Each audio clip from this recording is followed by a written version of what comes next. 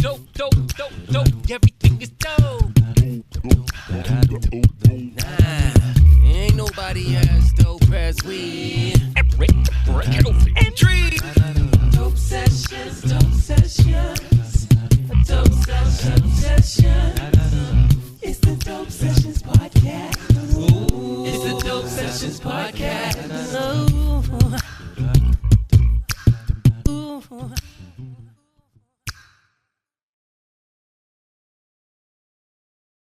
Yo, what's good, everybody? Thank y'all again for tuning in to one of the dopest indie podcasts on the planet. This is the Dope Sessions Podcast. I'm your host, LoFi Kelvy. First of all, thank y'all so much for riding with this podcast and always listening to this podcast. Of course, we always on Spotify and Apple and all of that other stuff.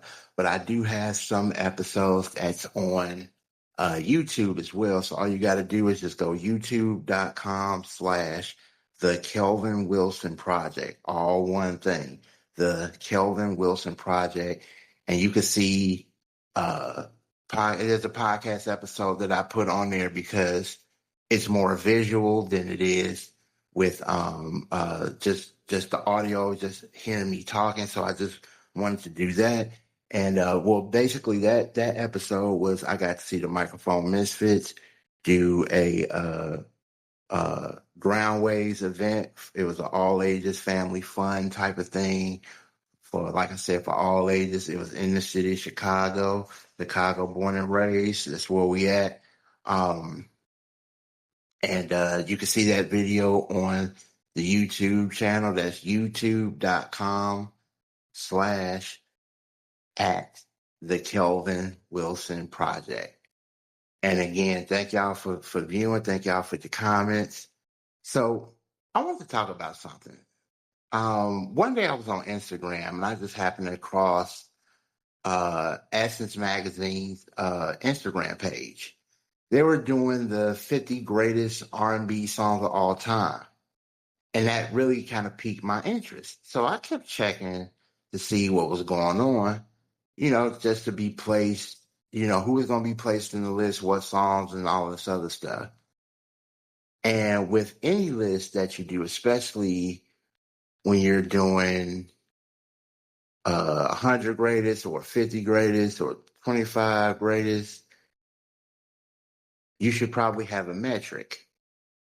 So the metric that they have was they based these songs.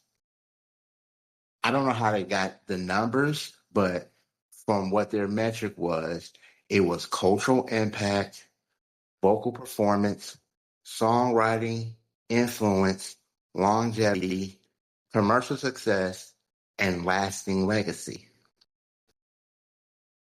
I didn't. I saw the list. They broke down the list, so it was like 50 to 41, and then 40 to 31, then 30 to 21, stuff like that.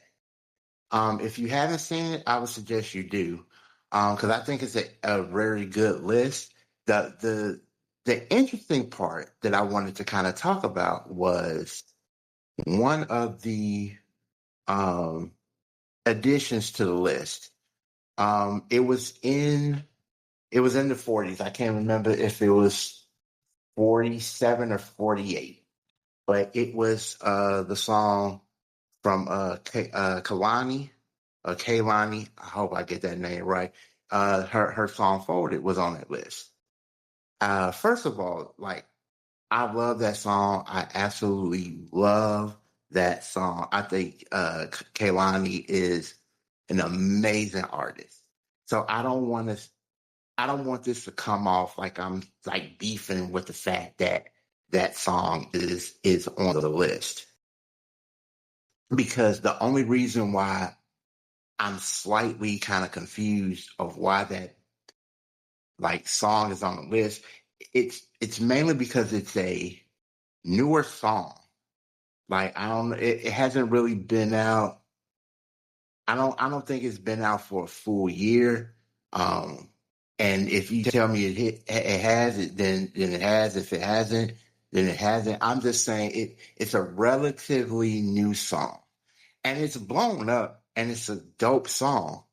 I was just thinking, that's kind of too soon for a song like that to be on the list. And then it was really the only newer song on the list. And I was just like, if you're going to put Kehlani's song on there, why didn't you put somebody like Leon Thomas uh, for Mutt or Vibes Don't Lie? And then I started thinking about it. Now I have to go back to what what was said as far as like the metric. Does it have cultural impact? Now most people will say yes, and some will say no. Me, I'm leaning more towards, and I know that it's going to be middle of the road, but I'm kind of leaning towards maybe. I say maybe because I don't like. There's an impact of the song because there's been remixes on top of remixes of the song. But it's also like the song is new, it's jamming, everybody love it. So it's like, hmm. And I'm only saying this because I'm honestly going by what your metric is. So is it a cultural impact? Hmm. That's something to think about.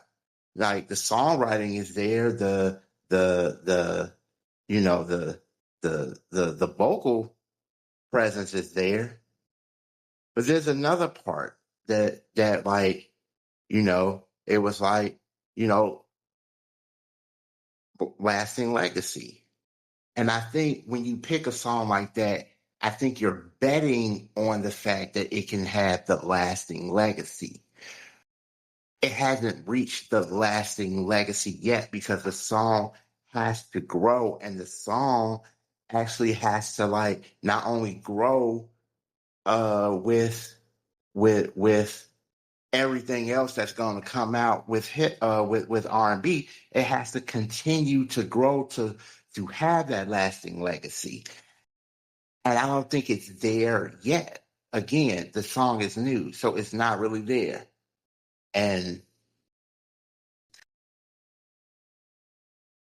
And I think that's the main gripe that I'm having with it. Um, Especially if you're putting something in a lasting legacy spot, because everything is there. All the songs that they picked, everything was there, including the legacy. This particular song, I'm saying, is not there yet. And we have to do like we always do with these songs, especially with these R&B songs that they picked. You got songs like Babyface Whip Appeal. You got um Michael Jackson's Heaven Can Wait. You got um Have You Ever Loved Someone by Brandy. Like you got all these songs that have consistently lasted throughout the years. Like, and so when I'm looking at this list,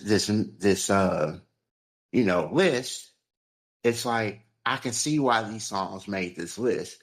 I'm not necessarily saying that Folded shouldn't make the list, but I think just like those other songs that was put on there, you should actually get that time to get to the position that you place these other songs on this list on.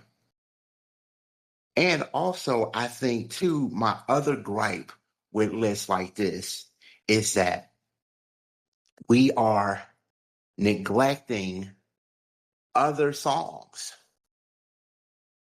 Like Kalani should be proud that they put her song on this list. She should be damn proud.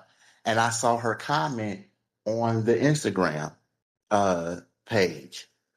She should be she was honored, and like I could sense the humbleness and the love that she has for the people and the people give to her. The issue is not with Kehlani. I think the issue is with Liz. I think when you do like again, if you do a top 25 or a top 50 or whatever, when you shorten that number, I almost feel like it's a cop out because with R&B is so much. It is so much. Like, you know what I'm saying? Like R&B goes so far back. It's not just the 80s and the 90s and some of the 2000s. You also got to think about the 70s and the 60s. You know what I'm saying? There's no Temptations on the list. No Diana Ross on the list. No James Brown on the list. No Johnny Taylor on the list. It's so much R&B out there.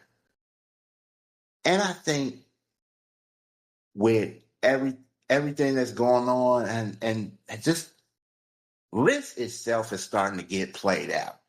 So I would think if you were going to do a list, I think you should honestly just make the list personal because you're saying this is your metric, but you're not actually explaining how your metric is actually giving these songs the like how you're placing these songs under the numbers. So like let's just say like I I can't remember the number that the Deal's Two Occasions. I think that's one of the greatest R&B songs of all time. It would not, to me, it wouldn't be in the 40s. It wouldn't be in the 30s. It wouldn't be in the 20s. For me, it would literally be in my top 10. But that's just me personally. Because again, how are you numbering these songs? Are you looking at like like what dictates the numbers of the song? What makes this song number one? What makes this song number 20? What makes this song number 50? Hell, even if you did 100, what makes this song 99? Especially if that song has a little bit more of an impact than the song that you put higher than that song. That's why I think all of these lists should be more personal. Anytime I have ever done a list, I have made it personal. Shit. I remember having a series that I did around when hip hop turned 50, the 50 years of hip hop. I did a series where I talked about the top 10 hip hop albums that changed my life. I didn't say this is the top 10 hip hop albums that should change your life and change everybody. I said these are the top 10 hip hop albums that changed my life. I'm keeping it on me. And even when you do something for you or anything of that nature, of course people are going to be, well, how come you didn't put this album in there? Or how come you didn't talk about that album? Well, for me, because personally, even though I may like that album, it didn't alter my brain chemistry. These albums did. So it's easy for somebody to explain that rather than, well, how come this song is this number and this song, which is more popular, and people still sing this song to this day, has that, higher or like, and this song is at this position. I really want to actually sit down and talk to somebody who actually does lists like that because again, I want to know who votes on the songs, how many times do you vote on a specific song, and what number do you pick for it? Because Jesse Powell's song "You" was number 50, and to a lot of other people, that song may not be number 50 on nobody's list, but it's number 50 on that particular list. But what do I know? I'm just talking. But what do y'all think? Y'all comment. I'm gonna put this on Spotify. It's gonna be on Apple and all this stuff, but it's also gonna be on YouTube as well. Y'all let me know what y'all think.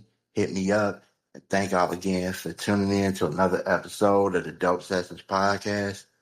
I'm out, y'all. Peace.